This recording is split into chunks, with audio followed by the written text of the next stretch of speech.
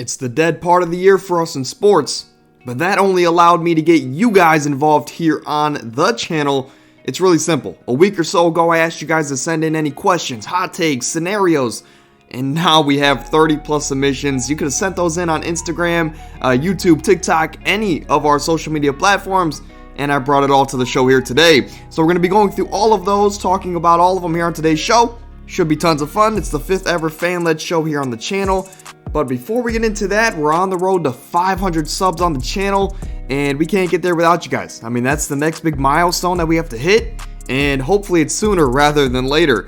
As always, timestamps will be in the description of the video, and without further ado, this is the Anomaly Podcast. It's Owen. Let's get into some of these questions. Alright, we're going to start here with some NFC Mayhem, and you see the take on your screen. Take a good look, right? Read it once or twice, but we're starting off hot, as this take here has the most dominant team in the league from last year, and the Super Bowl runner-ups, not repeating as champs in their division, and we're going to start there with the Philadelphia Eagles, as on surface level I get it, because no one has repeated as NFC East champs since like the early 2000s, right? But I still believe the Eagles are the most complete team in the league, as they won 14 games last year with their MVP level quarterback missing 2 games, right? Imagine if he didn't. They'd probably win 15 or 16 games. But the returning form, and at least offensively to me, they've gotten better offensively. You can argue defensively too with bringing in Jalen Carter and guys of that sort. But I think Philly breaks the streak this year. I think they repeat as NFC East champs. I can maybe see, I can maybe see Dallas making a run at it. Maybe if Brian Daboll is that great of a coach, he can have the Giants in the conversation. But to me, Philly's too complete of a team. They end the NFC East streak there and repeat as champs. He also has Atlanta not only making the playoffs, but winning a playoff game. It's very hard to say, that it's a bad take because the NFC South is so wide open. I can easily see the Falcons winning the division, right? I had them as a borderline playoff team in my prediction video a couple weeks ago. The only pushback I would have with this take is that I'm not completely sold on their quarterback and head coach when it comes to the playoffs, right? To win an actual playoff game, either if they have home field or not, right? And to me, those are the 2 most important positions on any football team, the head coach and the quarterback, to win meaningful games. And maybe by the midseason mark, those 2 can change my mind. Maybe Desmond Ridder and Arthur Smith can put my mind in a different light when it views as I view the Atlanta Falcons. But to me, I can't get behind winning a playoff game, winning the division. Sure, not a playoff game at this current moment, but it is definitely a hot take, and that is what we're looking for here on the channel.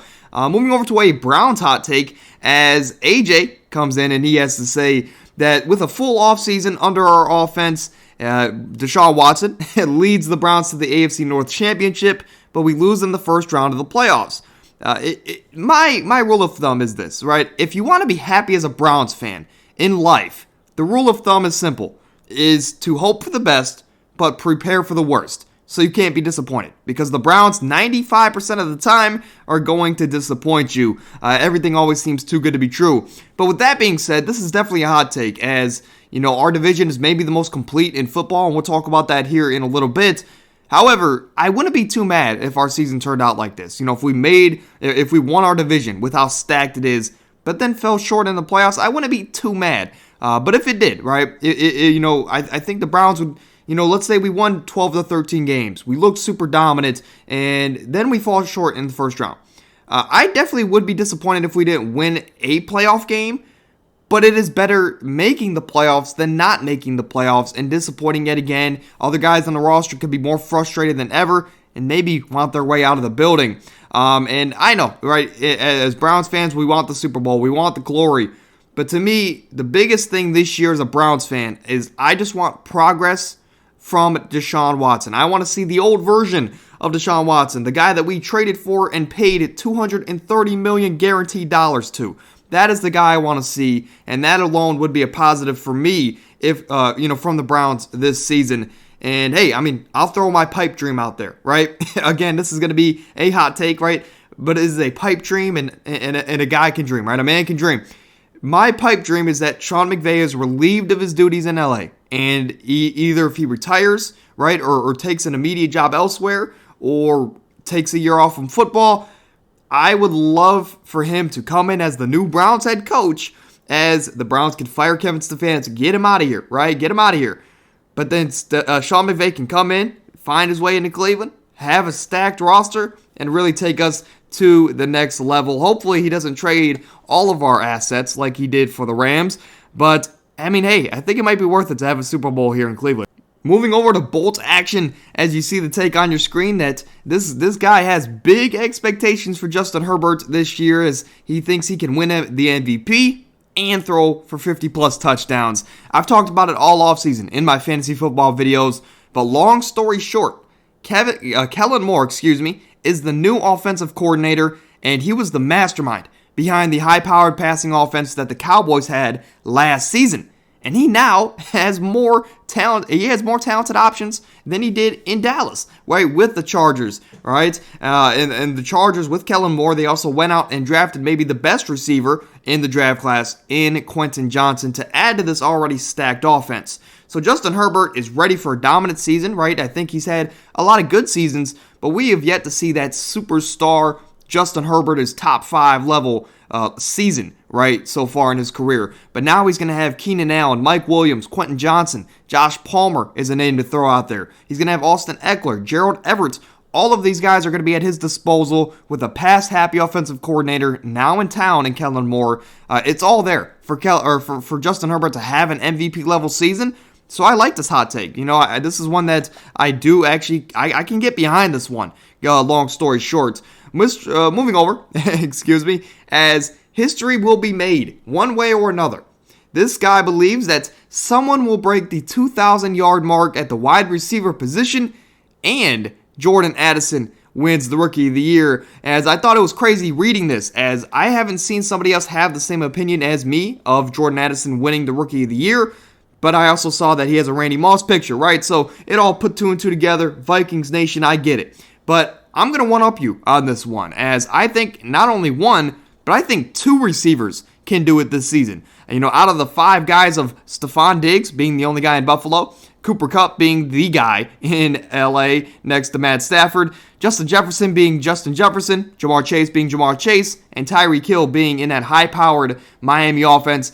Out of those 5 guys, I think not only 1, but 2 of those guys will pass 2,000 yards this season. Something that has never been done in NFL history will happen twice in one season. A sleeper pick, by the way, a sleeper pick for the 2,000-yard mark is only if Tyreek Hill gets suspended. But I think Jalen Waddle, so again, sleeper pick, I think he could be in the conversation for a 2,000-yard season if Tyreek Hill's suspended for, let's say, half a year, right? Moving over to a NFL rap sheet.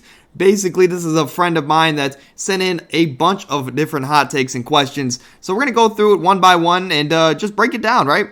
His first is that the AFC North is the best division in the NFL. No doubt in my mind it is, when you have 4 teams in that division that can win 10-plus games, right, on any given season. And 3 of those teams are looked at to be Super Bowl contenders. I exclude the Pittsburgh Steelers, but again, I've doubted Mike Tomlin my entire NFL watching life, and Mike Tomlin has proven everybody wrong each and every year. He's always a winning head coach, and I don't see why he can't do it again, right, with the improved O-line and other pieces there in Pittsburgh. So no doubt to me, the best division in football, as it was the NFC West for a long time. But I think the AFC North now with Burrow, Lamar, Deshaun Watson, and Mike Tomlin there in Pittsburgh, I think it is definitely taken over the realm, and it is going to be the best division in football for the next decade. Moving over to the others, he has the Cowboys are going to be contenders this upcoming year and actually, compete for a Super Bowl. To me, I don't have them as contenders, right? But I do think they're a playoff team for sure. Basically, I think it's going to be the Cowboys that we've seen every year, right? Where they're a competent team, make the playoffs, but fall short, as basically they've done that every year since the late 90s. Next up, he has the Dolphins will have a crazy breakout season. I've been behind this movement since the end of last year, right? When Bakari and I sat here and we made our predictions for the following year, I was on the Dolphins bandwagon then. I believe this is a Dolphins team that, Tua can be the guy, right? And I think they have everything. They have all the tools to be the number 2 seed in the AFC. Ironically, right, even though he suffered tons of injuries and even questioned retirement, I think more than ever, last year I started to believe in Tua, right, more than ever, right? He made me a believer, even through all the injuries. The start of that year made me believe in Tua and his potential as a guy to win a championship.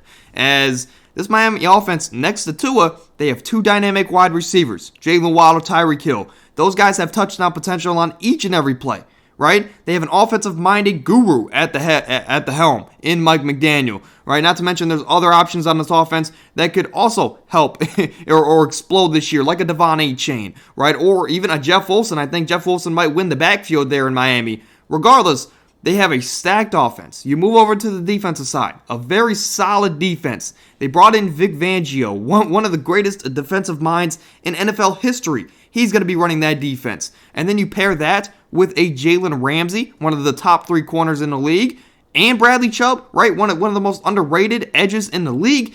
I mean, this team has the star power offensively, defensively. They have the complementary pieces on both sides of the ball. And also, they also do have a pretty good special teams. They have it all to easily win this division this year. I think they win the AFC East pretty handily, right? As crazy as that might sound, but I think the Dolphins might win this division by 2 or 3 games over the Buffalo Bills or the New York Jets. But to me, I've been behind this bandwagon, for a long time, and I'm going to continue to ride that boat, right, until I'm proven wrong. The next thing is that the Ravens will win the AFC North. Again, they're like the Cowboys for me. They're second in the North for me. I think they're still a playoff team. Same with the Chargers here, as that's his next take. I think they're competent playoff teams, just not Super Bowl contenders, which isn't necessarily what you said here, right? As you said, you just have the Chargers winning the AFC West over Kansas City. Could very well happen, right? I don't believe it'll happen. I believe Kansas City wins the division, even though I don't have Kansas City as my AFC favorites. They're still the Kansas City Chiefs. But again, the Chargers, I talked about it earlier. They have everything to win this division next year. The Ravens, again, Lamar's coming back in a pass-happy offense with Todd Monken now at the OC. That team could take a step offensively and really show us things that we've never seen from that Ravens offense. But to me, both of those teams are just competent playoff teams, just one step away.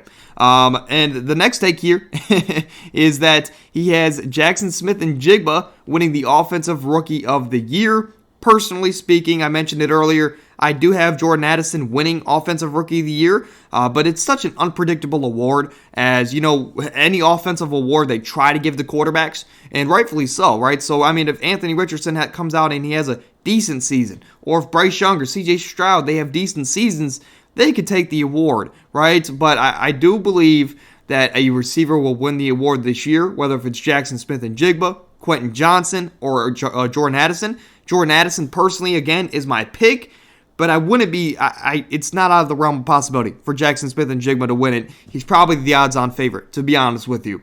Moving over to the Defensive Rookie of the Year, you said I have Tyree Wilson or Christian Gonzalez for the Defensive Rookie of the Year. Defensive Rookie of the Year to me is even more unpredictable than offense. But to me, I do agree. I think Christian Gonzalez will win the Defensive Rookie of the Year. I can't believe maybe the most talented corner in the class fell all the way to 16 to the Patriots after they even traded down. So the Patriots, they got a steal there, and they have someone else to success, Stephon Gilmore there, right, next to John Jones and that talented secondary there in New England. Shout out to Bill Belichick. Still doing amazing things there at 132 years old.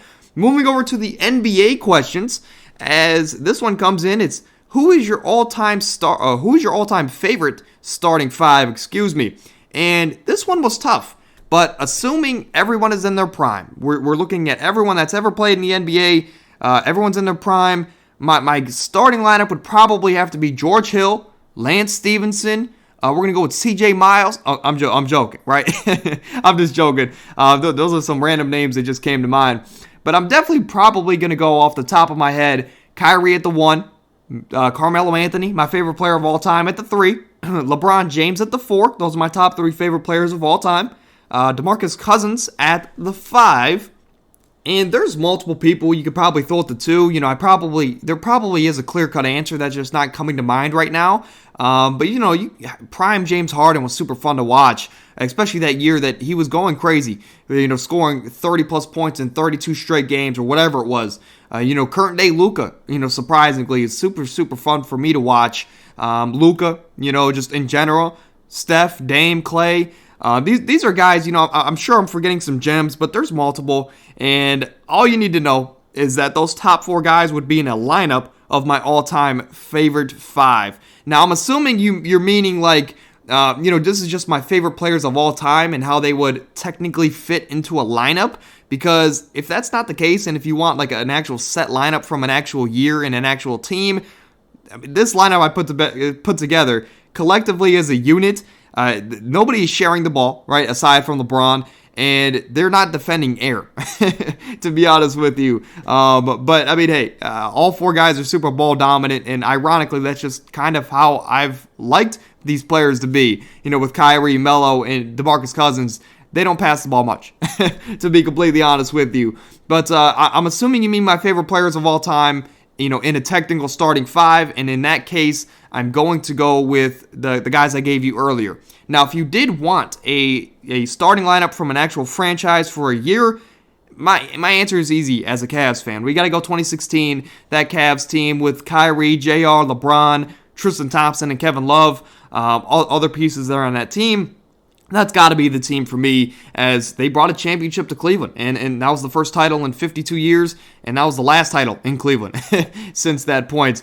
But yeah, so if you want a technical starting lineup, 2016 Cavs. If you want my favorite players in a lineup, it's going to be Kyrie, Melo, LeBron, DeMarcus Cousins, and I'll have to throw in any of those 2 I gave you, any of the 2 guards, right? But moving over here to rising stock, as this question comes in from a good friend, but he asked, which NBA player gained the most uprising stock after last season? And you could say multiple players, in my opinion. Whether if it's the actual most improved player, in Al Green, Sengun, hopefully I said that right. Or you can go with guys like Caleb Martin, Jamal Murray, Anthony Edwards, even Devin Booker. These are guys who all took steps in the playoffs, took their games to the next levels, and they're all really good options. But to me, there was no doubt in my mind, it has got to be Jalen Brunson. The first 3 years of this guy's career, he looked to be no more than a career 6-man, right? That had potential, that at times can step in and be a decent starting point guard. It's kind of like how I view Tyus Jones nowadays, as he's kind of like a 6-man, but he can step in and play meaningful minutes at the point guard position. But in Jalen Brunson's 4th and final year with the Dallas Mavericks, he proved to the world that, hey, I'm more than a Tyus Jones, as he started the majority of the year at the point guard position, and they were a top 4 seed in the West, if I'm not mistaken, but especially late in their playoff run. He caught his stride, and he showed a lot of flashes and a lot of promise, and he was a big reason why this Mavs team took down the 60-plus win Suns team in the Western Conference semifinals, right? As they were down 3-1, or they were down 3-2 or whatever, but the Mavs came out, and sure, Luka played a big part in that, right? Everybody's talking when they're up, is the famous quote from Luka from that series. But Jalen Brunson definitely was a great Robin in that series, and he's a big reason they did win that series. Now, sure, they fell short in the Western Conference Finals, but it was the fact that they got there with the team that they had. It was basically Luka and Jalen Brunson, and they made it to the Western Conference Finals, right? So it was a good year, and he showed tons of promise, but he wasn't a superstar guard, right? That's not how we view Jalen Brunson. So the offseason came, and most people expected him to return to Dallas on a team-friendly deal. But then we got the news. Jalen Brunson to the Knicks for over $100+ million, and we're all thinking, the Knicks did the Knicks thing, right? They did it again to themselves. They overpaid for a guy, right? They overpaid for a solid game manager that can at times give you 20 points a night, but we were wrong in every possible way, right? As this year, he stepped in as their guard, their guy, and he averaged 24 points, which was an 8-point increase, right, from his time with the Mavericks to the Knicks, and he averaged 6 assists a game, right? He led the Knicks to a top 5 seed in the East, and aside from Game 2 in the first round, he manhandled the Cavs. In the first round, they beat him in 5, which the Cavs were heavily favored in that series. Then he goes on in the second round. He has a pretty good second round, I would say, as he goes up against the Magical Heat, right? The team that had the magical playoff run, and he was averaging, an okay numbers, right? He was averaging only 31 points a game, 6 assists on great shooting splits, right? He was almost 50, 40, 90 from the field against the team that went to the finals. That is absolutely insane. There's no other player in the entire NBA last year that took a bigger jump and had their stock rise as much as Jalen Brunson, as he went from, again, a guy that we viewed as just a game manager to a potential, perennial all-star and superstar here in the NBA. So shout out to Jalen Brunson, shout out to New York, as I'm not going to lie, I wasn't the biggest fan of the contract. I understood, sometimes you need just a steady guy at the point guard position, but I didn't think Jalen Brunson was worth that contract. And he proved me wrong, in almost every way, and even took my team out in the playoffs. But moving over to another question from the same guy. He asked, is KD overrated? Hot take, after being placed 13th on the NBA's all-time top 75 list, Kevin Durant is one of the most overrated superstars ever. And he's practically had zero playoff success outside of Golden State. I know this person closely, and I'm disappointed, right? I heavily disagree because we're going to start here. Regardless of what you want to say about Kevin Durant, he has had a decorated career. We're going to start here. He's a 2-time champion, 2-time finals MVP. He was an MVP, the league MVP in 2014. He's been a 13-time All-Star, a 2-time All-Star MVP, 6-time All-NBA first team, 4-time All-NBA second team. He was, of course, also the Rookie of the Year in 2008. Playoff success is important, right? And you mentioned that here, that's basically your biggest argument is the playoff success. It's important. But to me, it shouldn't always be the biggest thing we look at when we rank players. Now, of course, everybody has different criterias that we go by. Everybody has different ranking systems. But in my personal opinion, playoff success shouldn't always be the most important thing when we rank players. Because based off of talent, based off of the eye test, when we watch Kevin Durant, he might be the best we've ever seen. Right, as far as a talent aspect, and as far as you see a 6'10", 7-foot guy dribbling like Kyrie and shooting better than 95% of the league that we've ever seen. This is I don't have to explain to you how special Kevin Durant is. Basically, is what I'm going to say here. As has he always gone about things the right way though? No, right. However, do you want him to stay in a situation where he's not happy? Right, and that's the situation we're seeing with Dame, where everybody's like, he was preaching for years, I'm not going to run from the grind. But now you see Dame, eventually it catches up to you, and he's like, I want out of Portland. I don't want to run from the grind anymore. I want to go team up with some stars and win some championships, because that's the ultimate goal. Each and every year is to win a championship. And Kevin Durant, at that point in his career, made the finals, and then he blew a 3-1 lead. So he knew that he couldn't get over the hump with that Thunder team. What do you want him to do? Stay there and waste his career being as talented as he is?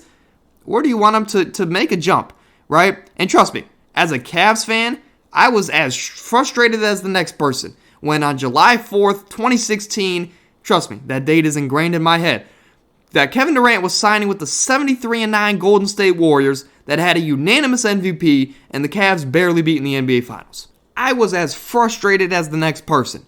But again, you got to do what you got to do, and you got to think about it from a personal aspect, right? If you had the chance to join a team where you knew you were going to be the guy on that team and you were going to win multiple championships, would you rather do that or make life harder on yourself and try and win in your own scenario where the team might not be suited to win at the highest level, right? As we've seen, Russell Westbrook hasn't been able to get over that hump, right? Ever since Kevin Durant left him. So, it's a question that maybe Kevin Durant saw years and years before the rest of the media, that you can't win with Russell Westbrook. But don't be mistaken. Please do not be mistaken. Kevin Durant has been to the finals 4 times in his career, and every single time, he was the guy on that team. Now, has he ever been the best leader? No. Right? Has he always won championships with the 82 big threes he's built over his career? No. Right? That's also no. But he has always been the best player. And no matter how much you want to think he's overrated and that, he shouldn't be as high as he is, being the best player on championship teams and being the guy on those teams has to account for something.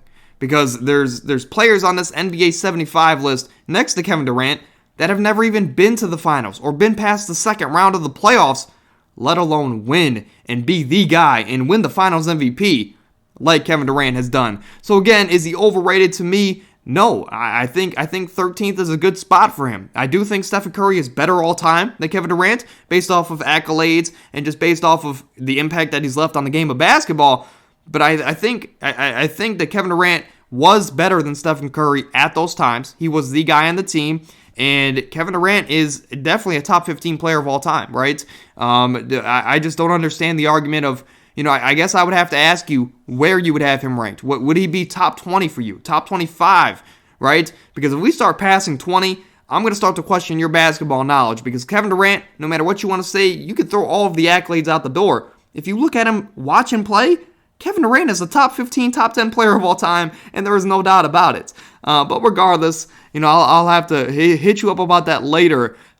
But Kevin Durant, I don't think he's overrated, and I actually really heavily disagree with that hot take. But moving over to We Want Bronny, as this dude's hot take might have been very interesting. It might have been the most interesting one we got.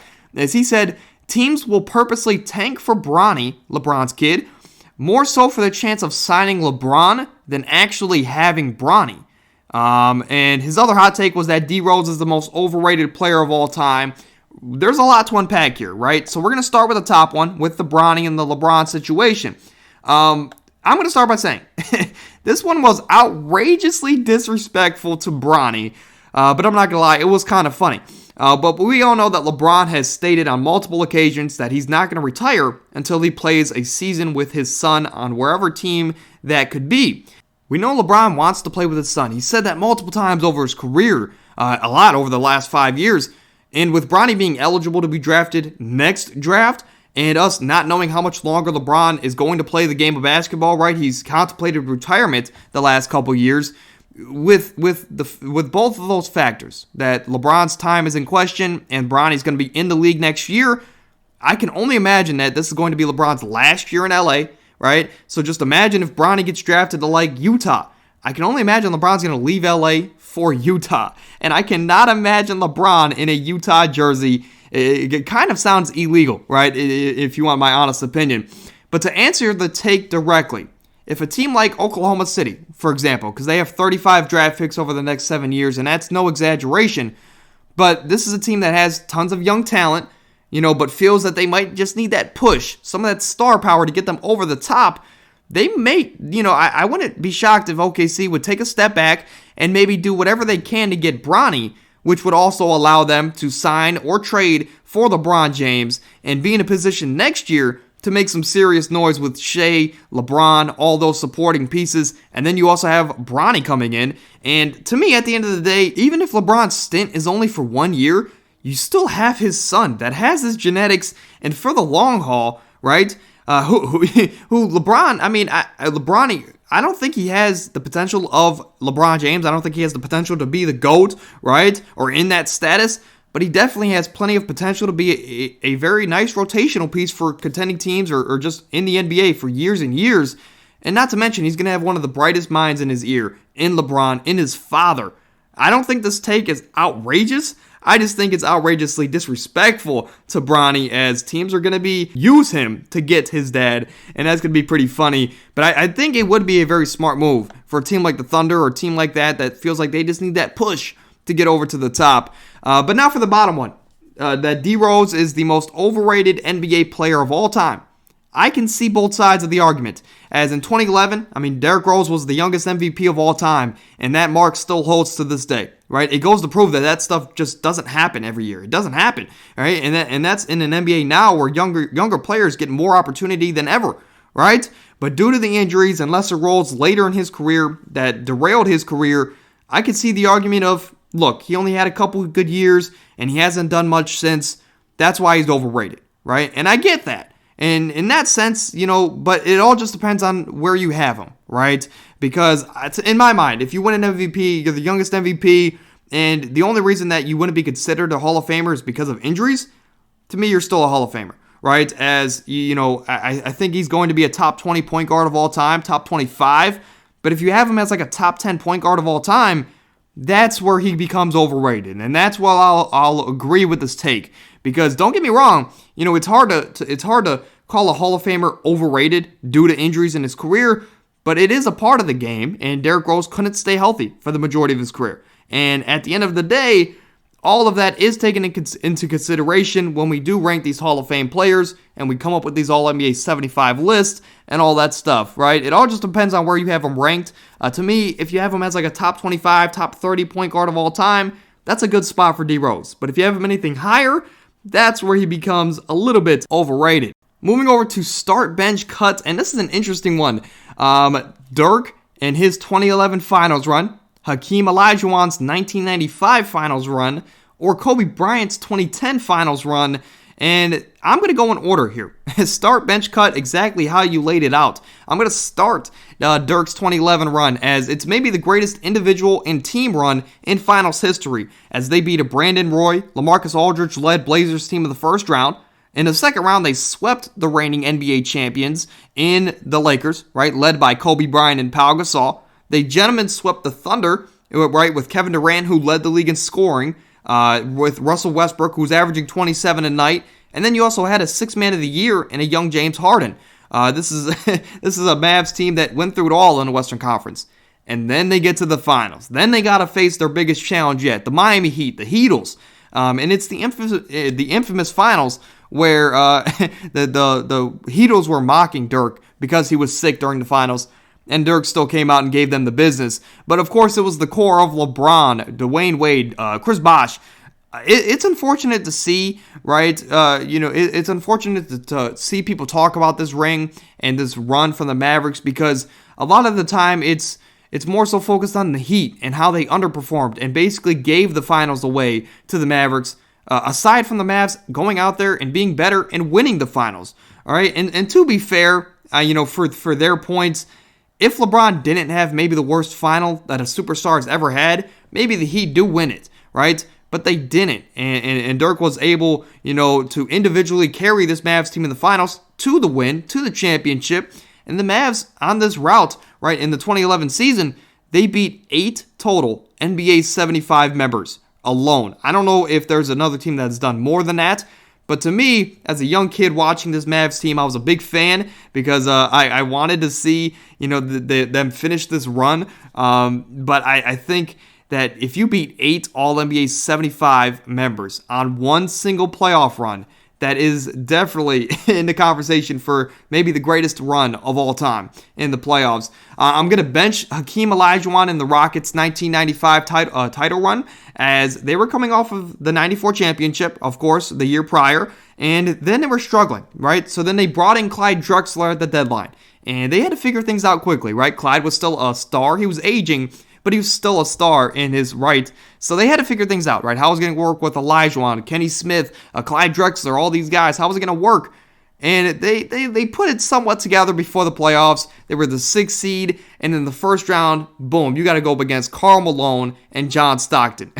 in the best of 5 series, they went to 5, and Olajuwon and them pulled it out in Game 5 due to Olajuwon's great game. They beat Karl Malone and John Stockton. They move on to the second round to face the Charles Barkley-led Phoenix Suns team, which I don't know if this is the Charles Barkley MVP year, but it might have been. Not to mention Kevin Johnson was another guy in this team, but they played him in the second round, and they came alive and beat the odds as they were down 3-1 to that Charles Barkley-led team, which I don't know if that was his MVP year or if that was a couple years prior, but Hakeem Olajuwon, not and Olajuwon. But that Rockets team, they pulled it together, and they came back down 3-1 against a Charles Barkley-led team that was in the finals just a couple years prior. They move on to the Western Conference Finals, and they have to face the David Robinson Spurs. They beat them in 6, and they're going to the finals to face one of the best young duos of all time in Penny Hardaway and Shaquille O'Neal, as well as that very deep roster with Nick Anderson and others. They swept the Orlando Magic. Those guys were too young for the Rockets, and they definitely had to fight a lot harder than 94, right? Their first championship in 95.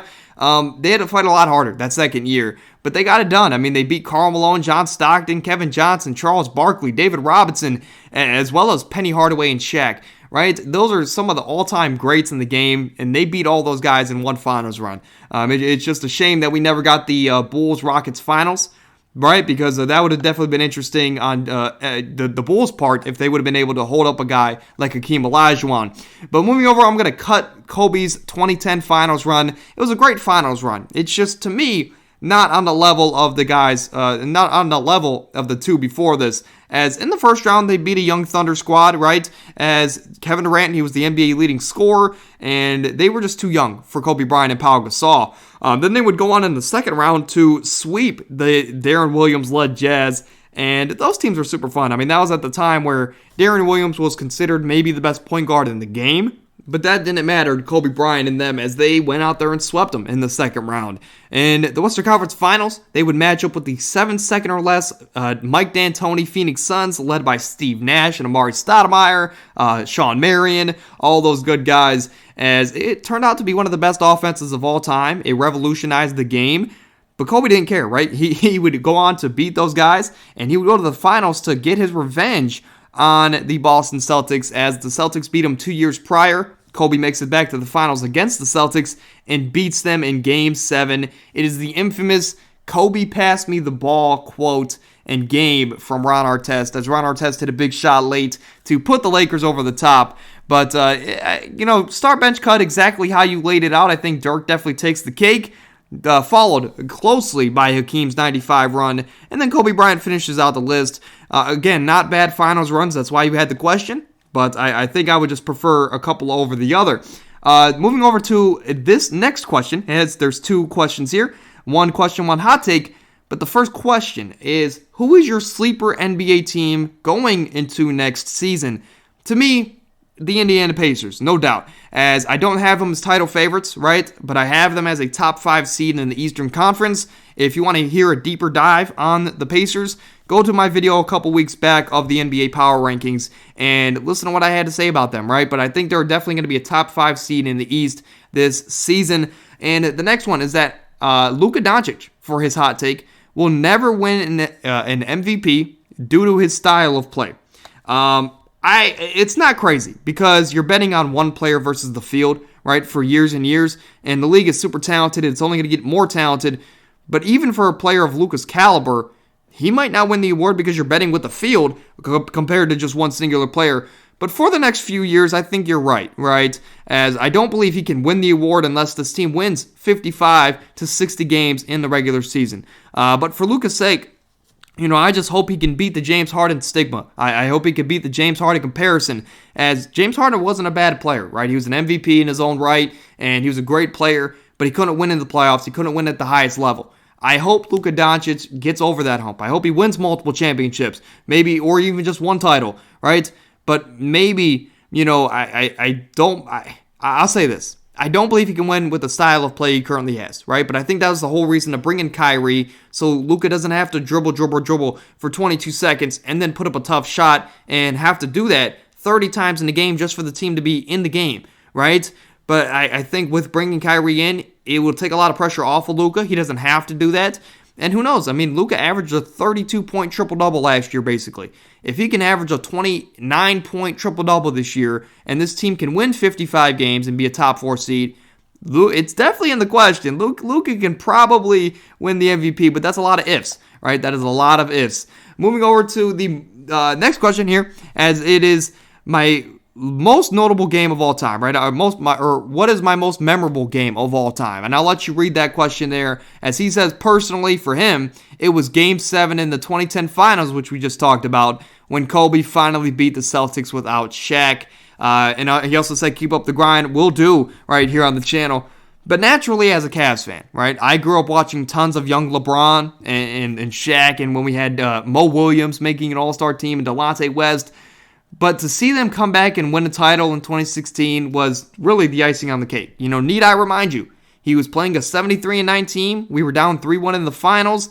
The block, the stop, and the shot later We did something that no team has ever done at the NBA Finals level, and we won a championship for the first time in franchise history. So, I mean, that is definitely the most notable game that I've ever watched, right? But aside from the Cavs, right, I want to give you guys some bonus. I have 2 games in my mind here that I want to talk about, and hopefully I don't get these years wrong or the games wrong.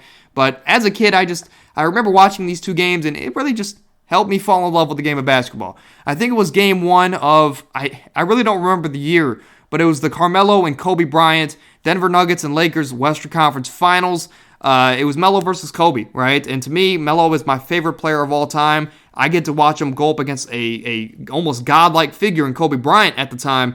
It was 2 players at the top of the game, right, for 48 minutes every night, but especially game 1. Right, they were guarding each other, they were scoring on each other. It was just a great game overall. I just remember them both having 30 plus, going back and forth the entire game.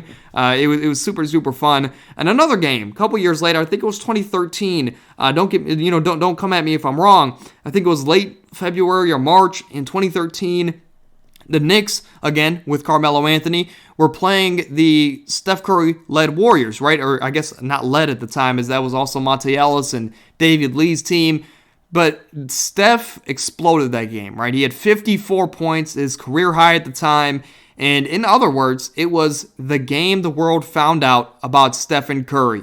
I was lucky enough to watch that game at the time, and it was a back-and-forth game. I mean, all the way until the end. I think with a couple minutes to go, JR hit a couple tough shots, a couple clutch shots rather, and I think due to Melo having 35 points, the Knicks were able to squeak out a win. But watching that game, it really put me on to Stephen Curry, and it really just made me fall in love with the game of basketball, right? So those 2 games, even though they're a couple years apart, are 2 games that I would definitely note as far as me falling in love with the game of basketball. But all 3 of those games, I mean, whether if it's the Cavs or those 2 Melo games, they give me chills every time I go back to watch them because of how much value they've had in my basketball watching experience.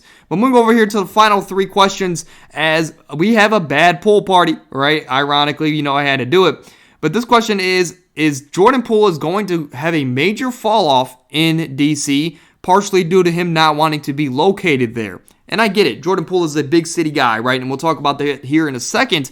But to me, I'll say this. It's amazing how quickly we forget things in sports, right? It's crazy how much recency bias plays into our opinions when we have, sports takes. Just 2 years ago, let's not forget, Jordan Poole was a guy that was the runner-up in the 6th Man of the Year race, and he was a pivotal part in the Warriors championship run. He was looked at times by Warriors fans to be the successor of Klay Thompson, to be that next great shooting guard, to take this team over the top, right? And that's why he was paid. That's why he was paid $100+ million. That's why his extension was of that amount, right? But then after getting punched by Draymond in the offseason and having a poor playoffs, I'm not excusing that. He did have a poor playoffs. He was shipped off to Washington this offseason for Chris Paul, and he was viewed as a scapegoat for why the Warriors fell the way they did in the playoffs. And I'm going to say this. I'm far from a Jordan Poole guy, right? So I'm defending him right now, but I am not the biggest Jordan Poole fan. But he's now going to a situation in DC where he and Kyle Kuzma I think they're both going to average 25 a game. And that might be a hot take. But though there's not many people there to take the ball out of their hands, there's going to be plenty of opportunity. And I think in the trio of Kyle Kuzma, Jordan Poole, and Denny Abdia, those guys should average 60 as a trio. And as crazy as that might sound, I mean, if you have Kyle Kuzma, that averaged 20 last year, if he can average 25, same with Jordan Poole, throw in 10 or 15 from Denny, I think this team has the possibility to have a sneaky good big 3 going forward. So your take is definitely a possibility, right?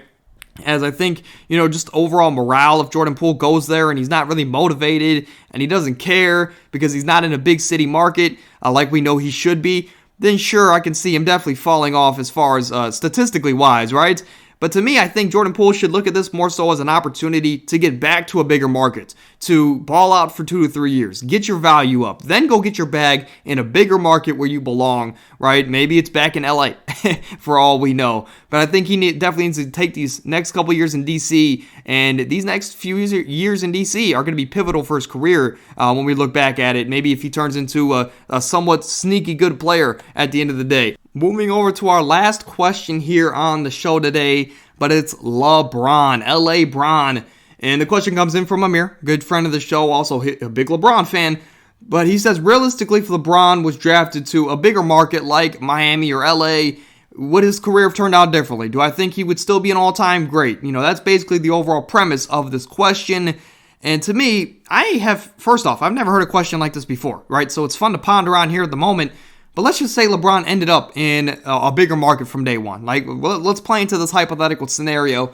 And let's say Miami, right? Let's say he ends up in Miami because they were in the range to get him in that lottery. And maybe if they won the lottery, they would have had LeBron from day one. So let's say, hypothetically, Miami won the lottery. They get LeBron from day one. That means no Dwayne Wade. That means no Chris Bosh.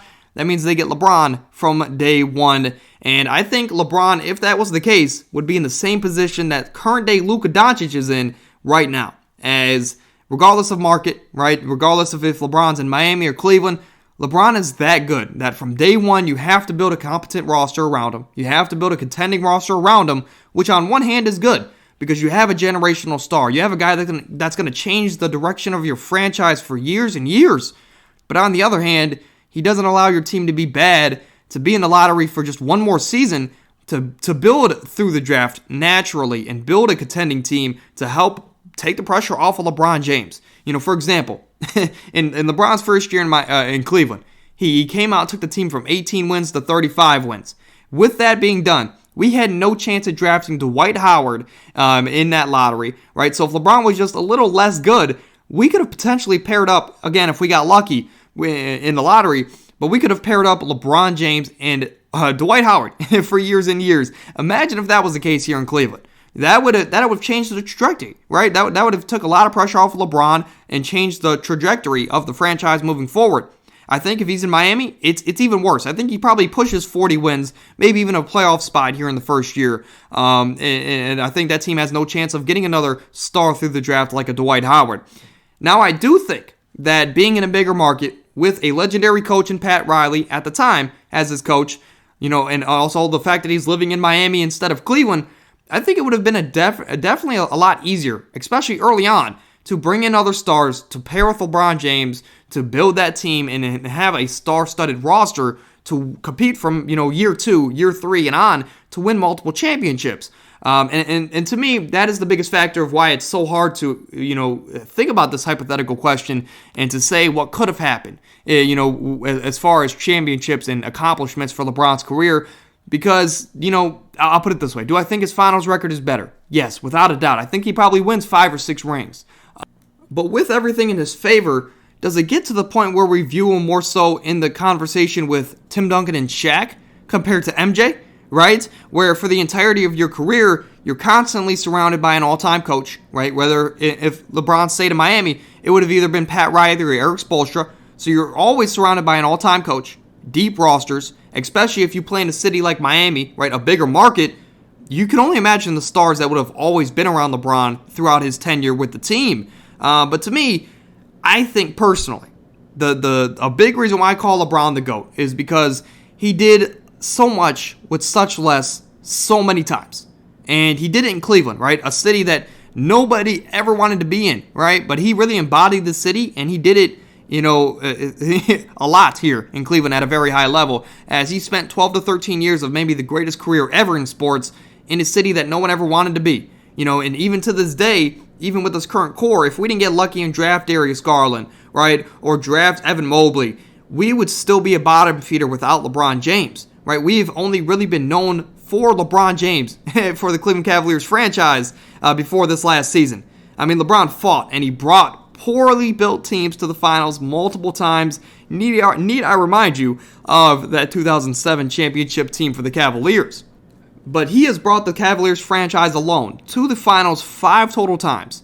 Only at once in his second stint he brought us to the finals 4 straight times. Neither of those marks have been remotely close to happening before LeBron or after LeBron here in Cleveland. And of course, I mean, we can't forget 2016, right? This is a guy that beat a 73-9 team. He was down 3-1 in the finals with the first ever unanimous MVP and maybe a top 10 player of all time in Stephen Curry on the opposing team, need I remind you. But to bring this franchise in this city, their first title in 52 years, that's a big reason I call LeBron the GOAT. And to get back to your question directly, I guess I'll end with this. I think LeBron is definitely more efficient in the finals. I think he's probably only has 2 finals losses, right? He's probably 5-2 or 6-1. And to me, I think there's no doubt he's still an all-time great, still top 10 player of all time. But I think he would be more so in the conversation with Tim Duncan and Shaq with how much that was in his favor compared to a guy like Michael Jordan. As crazy as that might sound, because he has more championships and his stats would still be there, I think just due to everything that would go in his favor in a bigger market like Miami, I think he wouldn't be in the GOAT conversation. I think he would just be a really, really good player, a top 10 player of all time, and more so in that conversation with like Magic, Bird, Tim Duncan, Shaq, and those guys that aren't considered top 3, but you can make the argument, right? And moving over here to our final, I guess it wasn't a hot take or a question, and I really didn't need to include this here on the podcast, but I wanted to get my flowers, as this last guy had to say that no question, but he just wanted to say that my Victor Wembanyama and Kristaps Porzingis take wasn't bad after all, as if you didn't know, this entire year and offseason, I have really compared Victor Wembanyama to a more athletic Kristaps Porzingis. And I won't lie, that second Summer League game scared me, as I think that's better. That performance was better than anything we saw in Summer League from a guy like Kristaps Porzingis. But again, that is Summer League against talent that most likely won't ever get rotational minutes.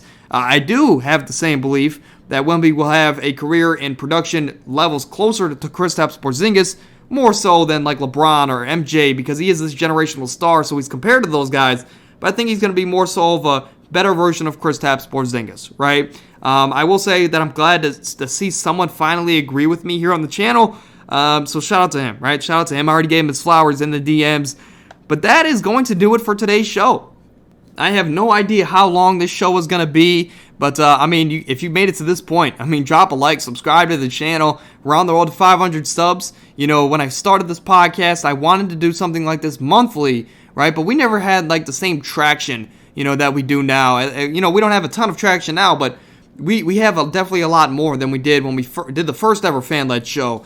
If we don't have traction, we don't have, participation, it's hard to do a fan-led show, right? I don't want to have a 10-minute video. But that's going to do it for today's show. I'll see you guys tomorrow, right, for some fantasy football content. We're going to continue with that new series that I started here on the channel and YouTube, really. I think I'm the first ever person to have that type of challenge and just video idea, right? But again, that's going to do it for today's show. We'll see you guys tomorrow. Stay happy, stay healthy. We're out.